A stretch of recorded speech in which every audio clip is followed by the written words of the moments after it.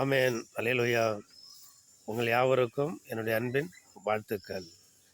பாருங்க, எபிரேயர் புஸ்தகம் 4ஆம் அதிகாரத்தில 12வது வசனம் என்ன சொல்லுதுன்னா, ஆண்டவருடைய வசனத்திற்கு உயிர் இருக்கிறது. நம்மளுடைய எலும்புகளில் உள்ள மச்சைகளில், நம்ம எலும்பில் உள்ள ஜாயிண்டுகளில் நம்முடைய ஆவிய, ஆத்துமாவ எல்லாத்தையும் பிரிக்கத்தக்கதாக, உருவ குத்தத்தக்கதாக அ நம்முடைய ஆவியும், ஆத்துமாவையும் என்ன பண்ணுது? பிரிக்குது. நம்முடைய இருதயத்தின் நினைவுகளை வகையறுக்குது. ஆண்டவருடைய வசனத்துக்கு உயிர் இருக்கிறது அப்படின்னு அதெல்லாம் எழுதப்பட்டிருக்கிறது.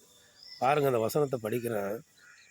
தேவனுடைய வார்த்தை ஜீவனும் வல்லமை உடையதாயும் இருபுறமும் கருக்குள்ள எந்த பட்டயத்திலும் கருக்கானதாயும் ஆத்துமாவையும் ஆவியையும் கணுக்களையும் ஊனையும் பிரிக்கத்தக்கதாக உருவ குத்துகிறதாயும் இருக்கிறது. இருதயத்தின் நினைவுகளையும் யோசனைகளையும் வகையறுக்கிறதாயும் இருக்கிறது அப்படி என்று இதில் எழுதப்பட்டிருக்கிறது.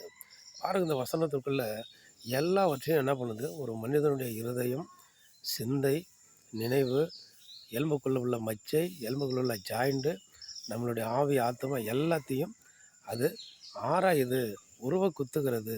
வசனம் ஒன்றும் இல்லாமல் மடிந்து கிடக்கிற மனுஷனை, எழும்ப முடியாமல் இருக்கிற மனுஷனை, திக்கற்று கிடக்கிற மனுஷனை என்ன பண்ணுதுன்னா, ஆண்டவருடைய வசனம் எழும்பி நிற்க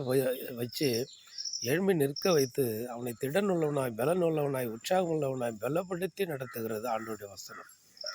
மடிந்து போகிற மனுஷனை தூக்கி நிறுத்துகிற ஆண்டவருடைய வசனம்.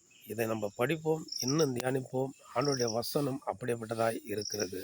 ஆமென். அல்லேலூயா.